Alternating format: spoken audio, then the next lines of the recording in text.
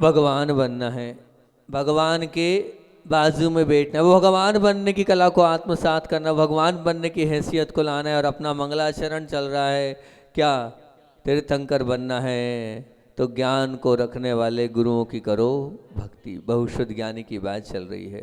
तीर्थंकर बनना है तो ज्ञान को लेने वाले गुरुओं की करो भक्ति। तीर्थंकर बनना है तो ज्ञान को दिलाने वाले गुरुओं को करो भक्ति। तीर्थंकर बनना है तो ज्ञान को बांटने वाले गुरुओं की करो भक्ति। तीर्थंकर बनना है तो ज्ञान को लिखने वाले गुरुओं की करो भक्ति। तीर्थंकर बनना है तो ज्ञान को मतने वाले गुरुओं की करो भक्ति। तीर्थंकर बनना है तो ज्ञान को रटने वाले गुरुओं की करो भक्ति। और तीर्थंकर बनना है तो ज्ञान को उतारने वाले गुरुओं की करो भक्ति। इस पर अपना मंगलाचरण। और कल मैंने आप लोगों से बात करी थी, तीर्थंकर बनना है तो ज्ञान को मथने वाले गुरुओं की करो भक्ति, जिन्होंने अपने जीवन में ज्ञान को मथा है। और मथना मतलब ज्ञान का चिंतन किया है, ज्ञान का रिवीजन किया है, और उसके माध्यम से अपने जीवन में वो नवनीत निकालकर घी के रूप में सुगंधित जीवन बनाकर अपने आप को आत्मबल और शक्तिशाली बनाया है। और उसमें मैंने पूज्य अतुल सागर जी का भी नाम लिया, और साथ साथ में मंथन का अगर ठेका किसी ने लिया था तो पूज्य गुरुदेव का आपको बताया था तत्वार सूत्र के वो सब कुछ किस प्रकार से हमारे लिए दिए हैं। और भी अनेक पूज्य प्रभात सागर जी के विषय में मैंने आप लोगों के लिए बताया था कि अब अगर किसी एक विषय पर आप सोचते हो तो कभी कुछ और कभी कुछ न कुछ नया परिवर्तन बदलाहट आपके जीवन में आएगी। और जब आप किसी पर लग जाते हो तो कष्ट पीड़ा क्लेश सब अपने आप उसी में लग जाते हो, तो सबका सब चला जाता है। कोई एक दृष्टिकोण पर आप सोचें, चिंतन करें, मंथन करें। फिर कल एक और बिंदु दिया था कि तीर्थंकर बनना है तो ज्ञान को रटने वाले गुरुओं की करो भक्ति। जब तक ज्ञान हमारे पास इकट्ठा नहीं होगा, याद नहीं होगा, तब तक हमारे ज्ञान का वो उपयोग नहीं होगा। पढ़ना अलग है, पढ़कर याद करना अलग है, पर समय पर बता देना कुछ विशेष ही है। और समय पर जब भी बता पाओगे जब वो आपको याद होगा। अंत समय, कल देखा एक माँ आई थी। देखो जिंदगी भर जो धर्म करता है उसका कल्याण अपने आप हो जाता है।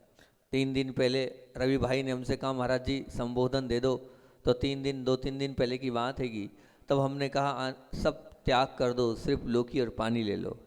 और लौकी और पानी लिया उन्होंने। और फिर कल जब शाम को आए हमारे पास बहुत सारी मंदिर की कमेटियां बैठी थी। बहुत हम कल का बिजी शेड्यूल था हमारा, इतने सारे लोग कमेटियां आर्किटेक्ट्स लोग बैठे, लेकिन फिर भी उस सब के बीच में जैसे हमें पता चला तो हमने कहा नहीं आप तो यहाँ ले आओ, हम समय देंगे। सबको अलग हटाकर हमने समय दिया, संबोधन दिया। स्थिति दिख रही थी कि अब बचपना घंटे 2 घंटे की बात है, हमने ऑब्जर्व किया, मन ने बोल दिया घंटे 2 घंटे ही रह पाएंगे ये। उसी वक्त अन्य जल का त्याग यम सल्लेखना करना बहुत बड़ी बात होती है। कल उन्होंने 9 बार नमोकार मंत्र पढ़कर पूरा सब कुछ त्याग कर दिया यम सल्लेखना पूर्वक। और नमोकार मंत्र 9 बार हमने पढ़ा और फिर आप लोग यहाँ से गए और सुना 2-1.5 या 2 घंटे बाद ही जो है उनका वो समाधि मरण हो गया। तो निश्चित रूप से जिन्होंने जीवन में धर्म किया है तो उनका गुरु सन्निधि में और साथ साथ में प्रभु की सन्निधि में मिली, और इस प्रकार से उनका वो सल्लेखना पूर्वक मरण हुआ। बहुत अच्छा वो मरण कल का रहा। तो जीवन में उन्हें निश्चित रूप से कुछ रटा होगा, कुछ पाया होगा धर्म को, तभी तो अंत समय उनका सुधरा है। अंत समय में हम आपको बोल रहे हैं जब दिखना बंद हो जाता है, जब सुनना बंद हो जाता है। कल ना वो बोल पा रहे थे ना वो देख पा रहे थे, पर अंदर ही अंदर धर्म था तो वो कर रहे थे। इसलिए दिखना और सब कुछ बोलना बंद हो जाता है। तो ध्यान रखना आप कुछ न कुछ याद कर लो जो आपके अंत समय में काम आए, ठीक है ना। आचार्य श्री का बताया था कि तत्वार सूत्र जिन सहस्रनाम अनेक अनेक चीज़ें भक्तामर बचपन में याद कर लिया था। तो ध्यान रखना अन्य को बहुत बार आपने पढ़ा है, लेकिन पढ़ना, लेकिन विनय पूर्वक पढ़ना। तो विनय पूर्वक पढ़ो और याद करो, वो याद करो जो आपके जीवन में अंत समय में काम आए। वो असली पूंजी है आपकी, जो आपको दिमाग में नींद में से भी उठाकर आपसे पूछा जाए तो आप बता दो। ऐसी कोई अच्छी स्तुति, ऐसा कोई जिसमें आपका मन लग जाए, भाव गदगद हो जाए, वो आप निश्चित रूप से याद करना। महासागर जी की बात भी आपके लिए हमने की थी। अब आपने कितना याद किया वो आप जानना, लेकिन नहीं याद किया है तो याद करने का प्रयास करना। असली संपदा वही रहेगी आपकी, और आने वाले समय में भी आपके साथ वो जाएगी। क्योंकि मैंने कहा था ना, किसी को याद हो जाता है एक बार पढ़ने में, क्या कारण है कि उसको याद हो जाता है, और हम बार बार पढ़ रहे हैं फिर भी याद नहीं हो रहा है। पूर्व भाव में आचार्य भगवान ने उत्तर क्या दिया था कल, कि पूर्व भाव में उन्होंने याद किया था, इसलिए आज एक बार पढ़ने में याद हो रहा है। इसलिए अभी समय है, अनुकूलता है, क्षोभसम है, दिख रहा है, कुछ कर रहे हो तो याद कर लो। याद कर लोगे तो वो जीवन के अंत समय तक आपके काम आता चला जाएगा, आएगा, ये निश्चित मान के चलना। फिर तीर्थंकर बनना है तो ज्ञान को उतारने वाले गुरुओं की करो भक्ति। ज्ञान को उतार, क्योंकि भविष्य ज्ञानी की बात चल रही है, और ज्ञान को उतारने से तात्पर्य क्या है? ज्ञान तो जीव का स्वभाव है, परंतु समीचीन ज्ञान आत्मा के राग का अभाव करता है, और ज्ञान के होने पर उसका जीवन में प्रभाव दिखता है। वो अपने आप समझ में आता है। ज्ञान अगर हमारे अंदर उतर गया है तो ज्ञान अगर उतर जाता है तो आचरण में दिख जाना चाहिए। अगर ज्ञान हमने लिया है तो निश्चित रूप से हमारे अंदर आना चाहिए, वो हमारे अंदर विनय होना चाहिए, हमारे अंदर से अहोभाव होना चाहिए। ज्ञान तो उतार पाना अर्थात चर्या में आ जाना बहुत महद अनुष्ठान है। हमारी चर्या में वो ज्ञान होना चाहिए। आज मूलाचार, रत्नकर्ण सभा का आचार याद तो कर लिया, पढ़ भी लिया और पढ़ा भी लिया, पर उतरा कितना? ज्ञान पा तो लिया, लेकिन आपके जीवन में उतरा कितना? 4 महीने से आप सुन रहे हो, पर आपने कितना अपने जीवन में उतारा है? वो बहुत महत्वपूर्ण है। उतारना बहुत बड़ी बात हैगी। उतर जाएगा तो निश्चित रूप से आप बन जाओगे महान, नहीं तो नहीं बनने वाले हो। जो याद तो बहुत कुछ है, पर साथ कितना है? याद तो बहुत कुछ है, पर साथ कितना है? जहाँ तक जीवन को बदला उतना ही वो आपके साथ है, अन्यथा वो आपके याद है। महाराज हमें ये याद है, हमें वो याद है। याद तो है बहुत बढ़िया, पर साथ कितना है? साथ तभी होगा जब उसके माध्यम से जीवन में आपने कुछ पाया और कुछ परिवर्तन किया, नहीं तो कोई मतलब नहीं है, कोई सार्थकता नहीं है। कोई भी आपने उसको प्राप्त करने के बाद अपने को जीवन को नहीं बदला तो वो समझना निरर्थक ही है। अगर सार्थक बनना है तो कुछ न कुछ परिवर्तन आपके जीवन में आना चाहिए, कुछ न कुछ बदलाहट आपके जीवन में आना चाहिए। वो ज्ञान आपके जीवन के पापों को टकरा कर तोड़ दे तो बहुत अच्छी बात है। जो चर्या के धनी हैं, जिन्होंने मूल गुणों को परिपूर्ण ही नहीं संपूर्ण पाला, ऐसे अनेकों महामुनिराज हैं जिन्होंने ज्ञान को पाया है और ज्ञान को जिया है। ज्ञान को पाने के साथ ज्ञान को जीना भी है, क्योंकि ज्ञान को जीना और ज्ञान में रहना और ज्ञान से चलना और ज्ञान के जीवन को आधार बनाने वाला कभी दुखी नहीं होता है। ध्यान रखना, अगर ज्ञान पाया है तो उससे जियो और उसी ज्ञान से चलो और उसी ज्ञान के जीवन से अपने आप को उत्कृष्ट बनाओ। क्योंकि मिलता तो है, और मिलने के बाद हमारे बीच में धीरज जी महापौर बैठे हैं। जब वो महापौर का चुनाव लड़ रहे थे तब भी आए थे, और बाद में तो बहुत बार आए हैं, और जब चुनाव जीत कर आए तब भी हम इंदौर में थे, तब वो आए थे महापौर बन के। महाराज जी आपके आशीर्वाद से हम महापौर बन गए, और बहुत ऐसी सीट थी छत्तीसगढ़ की, सबसे कहना चाहिए कि विवादवश सीट थी, उस पर भी आप जीत गए। हमने सब गुरु जी की कृपा है, आप जीते। और हमने एक बात बोली थी उनसे कि 5 साल ऐसा काम करना कि अगली बार आओ तो जो बार बार आशीर्वाद की अपेक्षा नहीं रखना, काम ये करना कि बिना आशीर्वाद के काम हो जाए। कल उन्होंने एक कटिंग दिखाई, हमने पूछा 5 साल में आपने क्या किया, क्या पाया? तो उन्होंने कहा ये कटिंग देख लो आप, पेपर की कटिंग थी, बड़े ही अच्छी कटिंग थी कि धीरज बाकलीवाल ने सबके मन में एक स्थान, सबके हृदय में स्थान बनाया अपनी सरलता और सहजता से, और अपने मिलनसार व्यक्तित्व से उन्होंने एक बहुत अच्छा स्थान बनाया। बहुत अच्छी बात है कि यही होना चाहिए। अगर आपको मिला है पुण्य से तो उसका उपयोग होना चाहिए, मेरे लिए नहीं सबके लिए। अगर आपने सबके लिए 5 साल उपयोग किया है तो अगले 5 साल भी अब आपको ही बैठना है, कोई रोक नहीं सकता है, कोई रोक भी नहीं पाएगा, क्योंकि आपने अपने व्यक्तित्व को अपने लिए रखकर सबके लिए रखा है। एक आप उद्योगपति हैं, लेकिन कल बोले महाराज जी अब तो राजनीति में ही घुस चुका हूँ, अब क्या उद्योगपति बनूंगा, अब तो वही करना है, आगे भी वही करूँगा। मैंने कहा बहुत अच्छी बात है, बढ़िया है, सेवा करो, देश की सेवा और देश के कल्याण की भावना हमारे अंदर होनी। जैसा ही उनका नाम है धीरज, ऐसे ही वो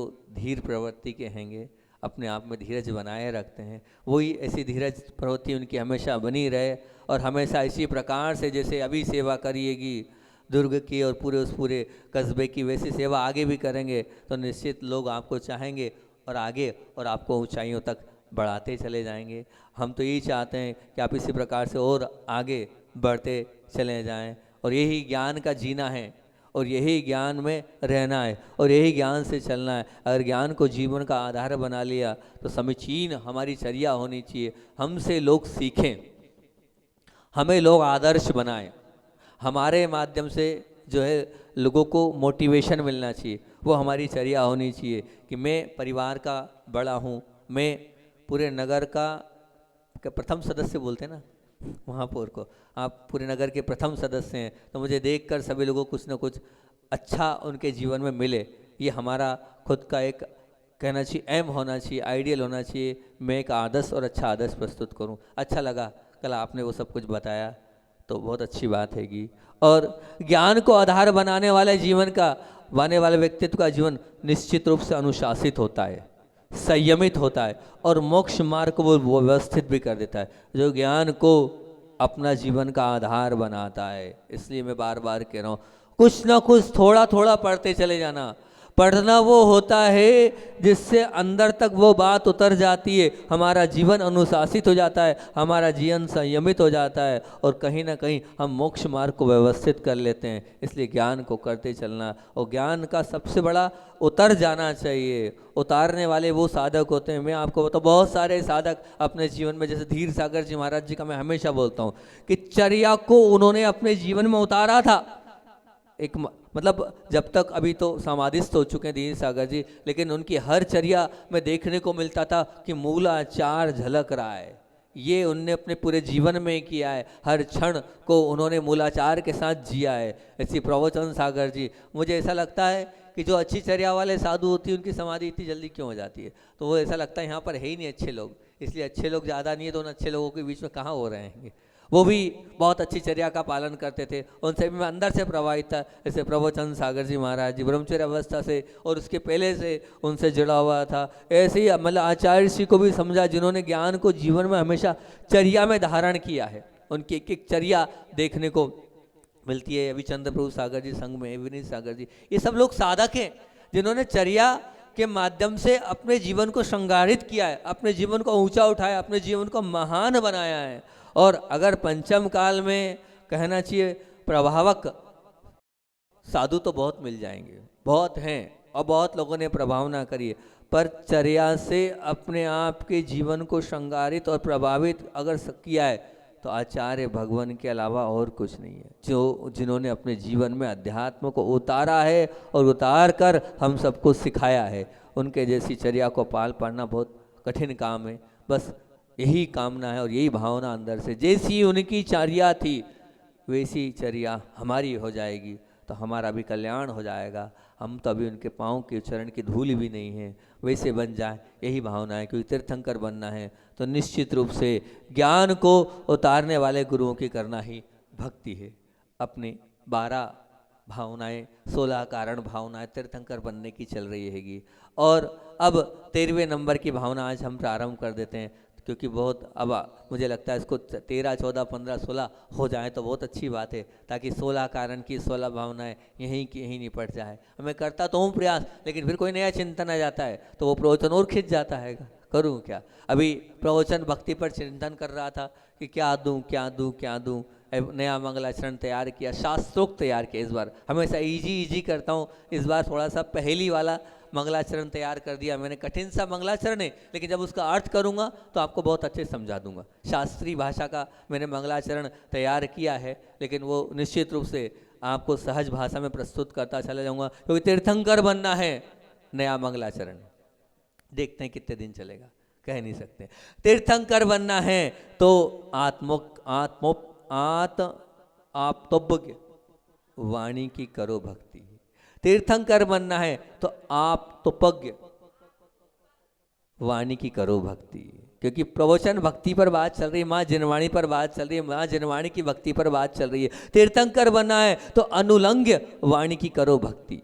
तीर्थंकर बनना है तो अदृष्ट विरोधक वाणी की करो भक्ति। तीर्थंकर बनना है तत्वोपदेश कृत वाणी की करो भक्ति। और तीर्थंकर बनना है तो सार्वम वाणी की करो भक्ति। और तीर्थंकर बनना है तो कापत्त घटनम वाणी की करो भक्ति। और तीर्थंकर बनना है तो अनेकांतमय वाणी की करो भक्ति। और तीर्थंकर बनना है तो साधुवादमय वाणी की करो भक्ति। सबसे कठिन मंगलाचरण है अपने पूरे 14 पंथ 13-14 प्रवचनों में, लेकिन बड़ा आनंद आएगा इस मंगलाचरण में, बड़ा आनंद आएगा। आपको अभी एक एक शब्द को खोल के बताऊंगा मैं कि क्या है। पहले तो ये प्रवचन भक्ति क्या है समझ लो आप, क्योंकि भगवान बनने की कला से आपको जुड़ना है। 16 कारण, अभी तो 2-3-4 दिन चलेगा, चिंता नहीं करो, तो 4-5 दिन चलेगा, एक को अर्थ आपको बताऊंगा, लिख लेना, चिंता मत। हाँ, अब प्रवचन भक्ति का अर्थ क्या है, प्रवचन भक्ति होता क्या है समझे तो सही हम। प्रवचन भक्ति मतलब क्या, जो महाराज जी प्रवचन कर रहे हैं उसकी भक्ति करना है क्या हमें, ये तो नहीं है, वही है। तो वो हम समझते हैं प्रवचन का अर्थ है सर्वश्रेष्ठ वचन, प्रवचन का अर्थ है प्रकृष्ट वचन, प्रवचन का अर्थ है कल्याणकारी वचन। वो किसके होते हैं, वो किनके होते हैं, प्रकृष्ट वचन, कल्याणकारी वचन, सर्वश्रेष्ठ वचन। संसार में 3 ही वक्ता सर्वश्रेष्ठ है जिनके वचन सर्वश्रेष्ठ है। सबसे पहला तीर्थंकर अनंत भगवान या केवली भगवान, दूसरे गंधर्व या श्रुत केवली, तीसरे परंपरा से जिन्हें ज्ञान प्राप्त हुआ ऐसे आचार्य भगवान। ये कह सकते हैं सर्वश्रेष्ठ है। इन तीनों को हम सर्वश्रेष्ठ उत्कृष्ट की उपमा दे सकते हैं। अब तीर्थंकरों के माध्यम से वो दिव्यध्वनि ओंकारमय खिरी और उस वाणी को गंधर्व परमेश्वरी ने झेला, और झेलने के बाद द्वादशांग की वो अन्य आचार्य भगवानों ने रचना करी, और रचना करते हुए क्षयोत्सव को जैसे जैसे आगे बढ़ाया। अब वो आगे बढ़ती चले गई और आज वो आ गई। तो हमारा जी वही वाणी है क्या जो तीर्थंकरों की है? अरे भैया वही तो गई। जैसे मान लीजिए उदाहरण मैं आपको देता हूँ, एक बहुत बड़ी बर्फ की सिल्ली थी। अब वो बर्फ की सिल्ली थी, वो चली और एक के बाद दूसरे के, दूसरे के बाद तीसरे के, तीसरे के बाद चौथे के, चौथे के बाद पांचवे के, आती गई। अब वो बाद में छोटा सा बर्फ का टुकड़ा बचा, बाद में एक छोटा सा बर्फ का टुकड़ा बचा। तो भैया बर्फ का टुकड़ा ही बचा है ना, वो बर्फ ही है ना। तो ध्यान रखना, आज जो वाणी हमारे पास जनवाणी के रूप में है वो है तो तीर्थंकर की वाणी। भले ही वो इतनी जैसी थी उतनी नहीं बची, वो द्वादशांग नहीं बचा, वो 14 अंग 12 पूर्व, जो सब अंग और पूर्व कुछ नहीं बचा, मान रहे हम। लेकिन जितना बचा है तो वो बर्फ का टुकड़ा ही। आते आते भले ही छोटा हो गया होगा, ये हम स्वीकार रहे हैं कि वो सब कुछ तो नहीं बचा, उतना तो हमारे पास नहीं है, लेकिन छोटा सा वो टुकड़ा भी बचा है। तो है तो वो निश्चित रूप से शुद्ध की वाणी ही है। वो जनवाणी माँ तो तीर्थंकर की ध्वनि से खिरी हुई है। कि आज हम कल कर रहे थे ना बात, आज आप बोल रहे हो कि भैया पानी में जीव है, हमने तो पहले ही बता दिया हैगा कि पानी में क्या है, जीव है। आज वनस्पति का है वो आप जीव स्वीकार कर, हमने पहले ही बता दिया वनस्पति। आज आप ईथर और उसका बता रहे हो, हम तो धर्म द्रव्य को मान ही रहे हैं कि वो ईथर है। ये सब चीज़ें पूर्व में आगम में हमारी आ गई है, किसने बताई? तीर्थंकर भगवंतों ने वो बात हमें बताई है, वो बात आपके सामने रखी है। आज जो शुद्ध हमारे पास है, कह सकते हैं कि क्वांटिटी में कमी है पर क्वालिटी तो वही है। आज जो शुद्ध हमारे पास है, क्वांटिटी में कमी है पर क्वालिटी तो वही है जो केवली भगवान ने दी है। ये निश्चित रूप से आपको मानना पड़ेगा। और बर्फ के टुकड़े का वो उदाहरण आपके बीच में रख दिया कि वो गलता जरूर गया, लेकिन वाणी तो वही है। भगवान की वाणी की या जिनवाणी की भक्ति ही प्रवचन भक्ति है। अर्थात भगवान की वाणी क्या है, वो तीर्थ रूप है। जैसे नदी में घाट बनाने जाते हैं, आप जाते हैं नदी में घाट बनाने जाते हैं, क्यों जाते हैं? कि उस किनारे पर पहुंच जाएंगे तो नदी को हम पार कर पाएंगे। उसी प्रकार ये जिनवानी एक घाट है। इस जिनवानी के इस घाट पर अगर आप बैठ गए तो निश्चित रूप से मान के चलना संसार रूपी सागर को आप पार कर पाओगे, संसार रूपी सागर से उस तरफ आप पहुंच पाओगे। सब जीवों का उद्धार करने वाली है, सब जीवों को दुखों से बचाने वाली, इसलिए जिनवाणी सर्वहितकारी और सर्वोदयी है। इसलिए जिनवाणी क्या है? सबका उद्धार करने वाली है, सबके दुखों को बचाने वाली है। इसलिए जिनवाणी सर्वहितकारी और सर्वोदयी है। अपना हित चाहते हो तो जिनवाणी से जुड़ जाओ, जिनवाणी की शरण में पहुंच जाओ और जिनवाणी का अध्ययन करना प्रारंभ कर दो। भैया धीरज जी पढ़ते हो कि नहीं? कुछ पढ़ते हो नहीं पढ़ते हो? पढ़ते हो? सही सही बोलो। थोड़ा बहुत पढ़ते हो। और श्वेता? अरे भैया हमने तत्वार सूत्र तुम्हें पढ़ाया था, याद ही नहीं है? फर्स्ट स्टूडेंट हमारी तत्वार सूत्र की, महापौर जी की धर्मपत्नी। हमने तत्वार सूत्र बहुत पहले इनको पढ़ाया था। तो अगर आपने पढ़ा होगा तो निश्चित रूप से वो आपके जीवन में याद रहेगा। वो सर्वहितकारी है और वो सर्व कल्याणकारी है और जीवन के दुखों को बचाने वाली वो जिनवाणी है। ऐसी जिनवाणी से जितना आप अनुराग रखोगे, उसका सदा अभ्यास करोगे, चिंतन मनन अध्ययन करोगे, उसके अनुसार अगर अपने आचरण को करते चलोगे तो सब कुछ अपने आप होता चला जाएगा। यही तो प्रवचन भक्ति हैगी। और थोड़ी दूसरी भक्ति है, जैसे अरिहंत की भक्ति में तल्लीनता होती है, ऐसे ही उतना ही आपको जिनवाणी के प्रति भी उतनी ही भक्ति होना चाहिए, उतना ही अहोभाव होना चाहिए और उतना ही समर्पण होना चाहिए। जितना अरिहंत भगवान के प्रति समर्पण अहोभाव भक्तिभाव है, उतना ही आपका समर्पण अहोभाव भक्तिभाव जिनवाणी के प्रति होना चाहिए। जैसे अभिषेक नहीं होता है तो आकुलता हो जाती है ना? जब स्वाध्याय नहीं होता है तो आकुलता होनी चाहिए। अरे जब तीनों पूज्य देव शास्त्र गुरु तीनों को पूजना है तो माँ जिनवाणी भी पूजनी है, वंदनीय है। तो फिर जब भगवान का अभिषेक नहीं होता है तो आकुलता होती है। भगवान के चरण नहीं छुए हमने तो भगवान के दर्शन नहीं किए, ऐसे ही भगवान की वाणी नहीं पढ़ी, वो भी तो आकुलता होनी चाहिए कि हमने भगवान की 2 लाइन नहीं पढ़ी। पढ़ लेते तो हमारा जीवन अच्छा बन जाता, हमारा जीवन बहुत महान बन जाता। नहीं, जैसे अरिहंत भगवान के दर्शन के बिना कुछ खाते नहीं हो, कुछ पीते नहीं हो, ऐसा होता ना। हम जब तक देव दर्शन नहीं करेंगे, जब तक है, बहुत सारे लोगों का नियम है ऐसे, भाषा में तो बहुत सारे धर्मात्मा लोग हैं। मैं तो कह रहा हूँ आज प्रवचन भक्ति की बात चल रही है, इतना सा और नियम ले लो, है ना? रोज एक ना एक नियम देता हूँ, इतना सा ले लो कि जब तक भगवान की वाणी को भले ही 5 लाइन 4 लाइन 2 लाइन 1 लाइन, जब तक भगवान की वाणी का वाचन नहीं करेंगे अन्य जल ग्रहण नहीं करेंगे। ये और नियम ले लो आज, तो प्रवचन भक्ति की सार्थकता हो जाएगी। आज का प्रवचन सार्थक हो जाएगा हमारा। 1 लाइन पढ़ेंगे पर पढ़ेंगे, माँ जिनवाणी का अध्ययन करेंगे। पूजन मत ले लेना, ध्यान रखना, नहीं तो आपके तो पूजन हो गई, भक्ति हो गई, मेरी भावना 12 भावना ये नहीं आएगा। स्वाध्याय का तात्पर्य ये नहीं है, नहीं तो आप 12 भावना पढ़ लो और कह दो स्वाध्याय। स्वाध्याय का तात्पर्य ये कि जिससे मतलब यानी कि जिससे हमारा ज्ञान का क्षोभसम बढ़े, मतलब तत्वार सूत्र का अध्ययन कर लेना, ठीक, या क्षणिक चारित पदम पुराण का अध्ययन कर लेना, या जिन सरस्वती का अध्ययन कर लेना, या कर्म कैसे करे ग्रंथ का अध्ययन कर लेना। कोई भी ग्रंथ का अध्ययन करना है और तत्वार सूत्र का पाठ नहीं, उसका अर्थ सहित। नहीं तो पाठ कर लिया पाठ हो जाएगा। तो आप भले ही 5 सूत्र पढ़ना, सम्यक दर्शन ज्ञान चरितार्थ मोक्ष मार्ग, सम्यक दर्शन सम्यक ज्ञान सम्यक चरित ये मोक्ष का मार्ग है, उस पर थोड़ा चिंतन कर लिया। ऐसा कोई ले सकता है? यहाँ बैठे इतने सारे लोग हैं कि हम जैसे भगवान के प्रति जितनी आस्था श्रद्धा है उतनी आस्था और श्रद्धा के साथ हम माँ जिनवाणी का भी अध्ययन करेंगे और जब तक अन्य जल को ग्रहण नहीं करेंगे। कितने लोग ले लेंगे इतना नियम? 1 महीना, उसमें भी 1 महीना लगा दिया। हाँ, कौन है सभी लोग? हाथ तो उठा दो। अन्य जल ग्रहण नहीं करेंगे चाहे कुछ भी हो। नहीं मिले जिनवाणी तो आपके पास तो है वो झुंझुना, उसको खोल के, उसका मैं परमिशन नहीं दे रहा हूं, जब नहीं है तब। हाँ, याद है तो उसको कर लो, लेकिन पढ़ोगे तो अच्छी बात है और वहाँ भक्ति हो जाएगी, जिनवाणी को का बहुत अच्छे से वो हो जाएगा। तो बहुत अच्छी बात है कि हम अन्य जल जब ही ग्रहण करेंगे। हाँ, हमारे प्रवचन सुन लो, ठीक है, अभी सुन तो कछु तो करो। हाँ,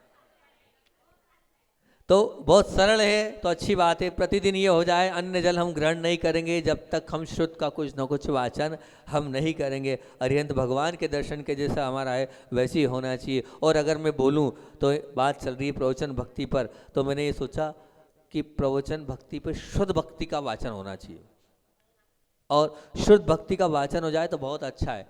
और शुद्ध भक्ति में मतलब पहले जब मुझसे मैंने एक बार आचार्य श्री से बोला, आचार्य श्री बुद्धि को बहुत प्रबल बनाना है, क्षयोपम को बहुत अच्छा बनाना है, क्या करें? तो आचार्य श्री के मुख से एक बात निकली, बोले शुद्ध भक्ति किया करो। अब अच्छा इसी पास उस समय हिम्मत नहीं होती शुद्ध भक्ति मतलब छोटी की बड़ी, तो हमने कहा क्या करें, अब दोबारा पूछने की हिम्मत नहीं, तो फिर हमने बड़ी भक्ति मतलब जो शुद्ध भक्ति होती है ना, पूज्यपाद स्वामी कोटि शतम तो अपन रोज पढ़ते हैं, वो नहीं, उस भक्ति को पढ़ा। सच कह रहा हूँ, उस भक्ति को पढ़ने के बाद धवला और जय धवला जैसे ग्रंथ अपने आप आने लगे। बहुत समय तक मैंने वो भक्ति पढ़ी जिसमें पूरे द्वादशांग के नाम है, पूरी वो भक्ति है 1-1.5 पेज की संस्कृत वाली, तो वो वाली भक्ति आप पढ़ना, उससे निश्चित रूप से आपका क्षोभसम नहीं पढ़ सकते हो, छोटी सी पढ़ लिया करो। कोटि शतम द्वादशेव कोट्यो लक्षानि शीतिदिकानि चैव पंचासहस्र संख्या में तत्सदम पंच पदम नमामि अरहंत भासी अत्थम गंधर गठ्यम गंध्यम समम पढ़मामि भत्त जुत्तो सुदनान मोह। पूरा द्वादशांग आ गए यहाँ, इतने से में पूरी 4 लाइन में द्वादशांग भक्ति हो गई यहाँ पर। और थोड़ी अगर अंचलिका और हो जाए तो और याद कर लो। कैसी अंचलिका याद है? क्षाम बनते सुध बत्ते काहू उसको को तो अंगो वंग पहन सुत पड़मानियो पुग गए चूलिया चे सुत तैसा निष्काल मंचे मी पूंचे मी वंदा में नमस्ता में दुखों को कम। बस पूरी शुद्ध भक्ति हो गई, इतनी आपने कर ली तो पूरे शुद्ध को आपने नमन कर लिया, बहुत अच्छा हो जाएगा। और आपको बताऊं, और चाहो तो सरस्वती स्तोत्र मैं प्रतिदिन पढ़ता हूँ, रोज सुबह उठकर सरस्वती उस स्तोत्र को मैं पढ़ता हूँ, पढ़ता चला जाता हूँ। भक्तामर का वो 6वां काव्य अल्पश्रुतम श्रुतवतम परिहास धाम कुरुते बलान मम यत्को किल किल मधो मधुरम विरोति तच्चाम्र चारु कल कानिक।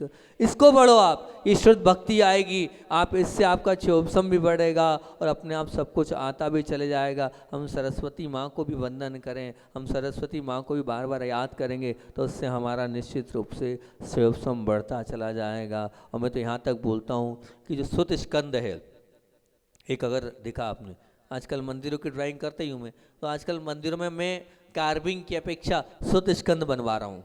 अब नए मंदिरों में जो ड्राइंग हो रही है उनमें सबको, कल भी आर्किटेक्ट महोदय आए थे, उनसे ये बोला मैंने कहा शुद्ध स्कंद की आप ड्राइंग करो। मतलब शुद्ध स्कंद आपने देखा होगा, हम यहाँ वहाँ की पुतली बनाएंगे, ये वो चीज़ ड्राइंग डिजाइन कर रहे, उसके अपेक्षा शुद्ध यंत्र हम स्थापित कर दें, शुद्ध यंत्र बना दें, ताकि आपको कम से कम शुद्ध को नमन करने को वहाँ पर मिलेगा तो सही। तो शुद्ध आप चाहें तो अपने मंदिरों में जहाँ जिनालय बन रहे उस डिजाइन में इसको रख सकते हो, उन सब चीज़ों की अपेक्षा से वो रखोगे तो बहुत सुंदर और बहुत अच्छा चला जाएगा। और यहाँ तक मैं कहता हूँ स्वाध्याय होता है, आप लोग सब स्वाध्याय करते हैं, रात्रिकालीन स्वाध्याय करते ही सभी लोग आते ही, बहुत अच्छा चल भी रहा है। तो स्वाध्याय के बाद मेरी भावना है, रख रहा हूँ अपनी भावना, कि जिनवाणी जो स्तुति होती है उस जिनवाणी स्तुति को आप बदल बदल के करो।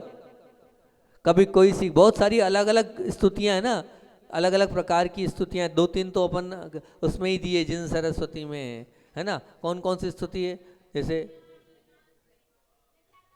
मिथ्यात्म नाश वाली भी हैगी, जगमैया ये वाली भी हैगी, और भी हैगी। वो उन स्वाध्याय के बाद अलग अलग जिनवाणी स्तुति करना चाहिए, उससे अहोभाव आदर भाव और अंदर से हमारा अलग ही लगता है कि हाँ किया है। और मैं तो इतना कह रहा हूँ, एक भावना कल लिखते लिखते, हाँ ये बहुत अच्छी है, अलग अलग करो। अब मैंने एक और मन बनाया, कल जब चिंतन कर रहा था तो मेरा भाव आया जिनवाणी के ऊपर, मैंने अभी तक किया नहीं, अपन कुछ ना कुछ नया तो करते ही।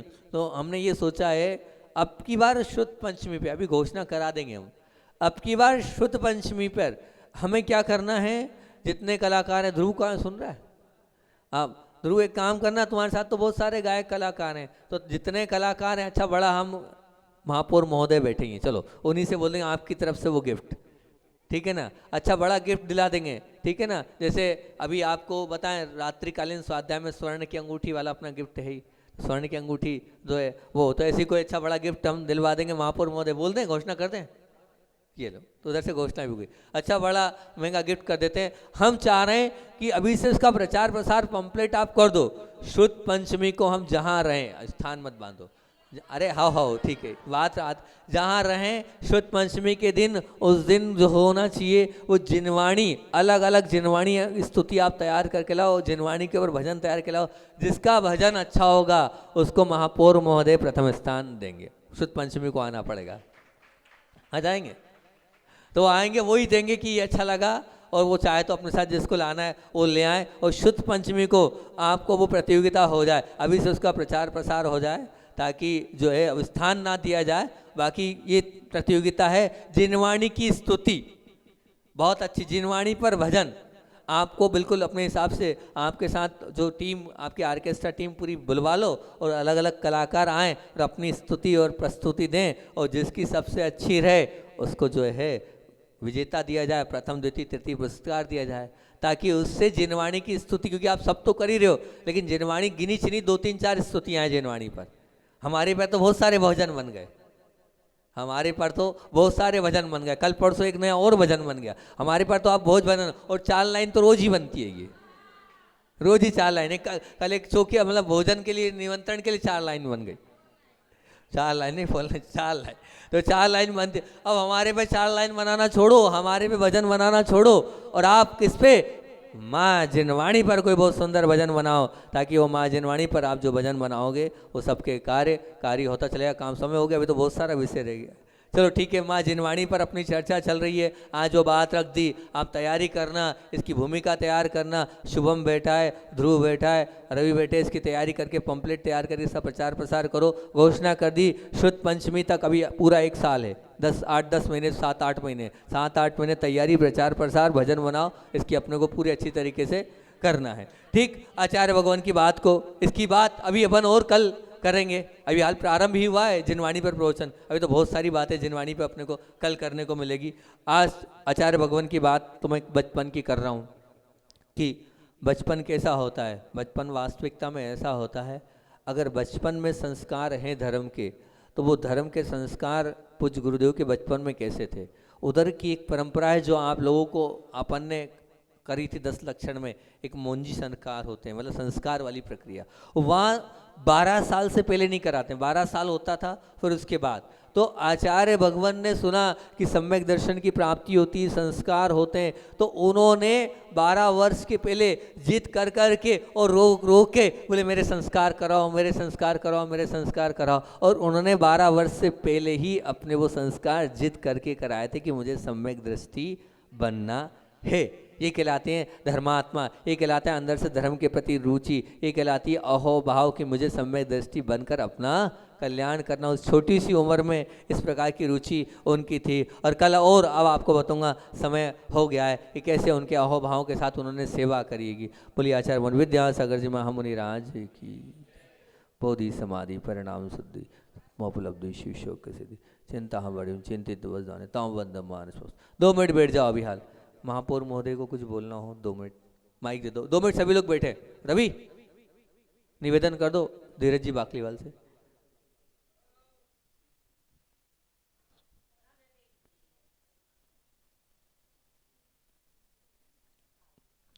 ओम